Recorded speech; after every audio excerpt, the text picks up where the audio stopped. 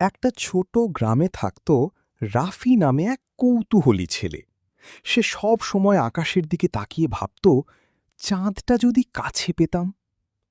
একদিন রাতে হঠাৎ তার জানালার পাশে একটা ছোট্ট ঝলমলে বাক্স এসে পড়ল। বাক্সটার ওপর লেখা, শুধু সাহসীরা খুলতে পারবে। রাফি একটু ভয় পেল, কিন্তু কৌতূহল বেশি ছিল। সে বাক্সটা খুলতেই ভিতর থেকে নরম আলো বের হলো, আর সেই আলো থেকে একটা ছোট্ট চাঁদ বের হয়ে বলল, আমি হারিয়ে গেছি, আমাকে আকাশে ফিরিয়ে দাও। রাফি অবাক। সে বলল, আমি কিভাবে যাব আকাশে? চাঁদ বলল, তোমার ভালো কাজই তোমাকে উপরে নিয়ে যাবে। পরের দিন থেকে রাফি গ্রামের সবাইকে সাহায্য করতে শুরু করল। কারো বাজারের ব্যাগ তুলে দিল, কারো গাছ লাগাতে সাহায্য করল, আবার কারো কাঁদা মন হাসিয়ে দিল।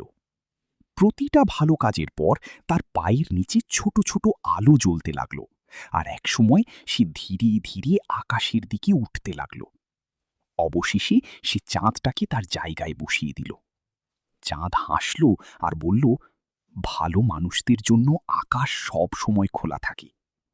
রাফি আবার মাটিতে ফিরে এলো, কিন্তু সেই দিন থেকে সে জানত, সত্যিকারের জাদু লুকিয়ে আছে ভালো কাজে।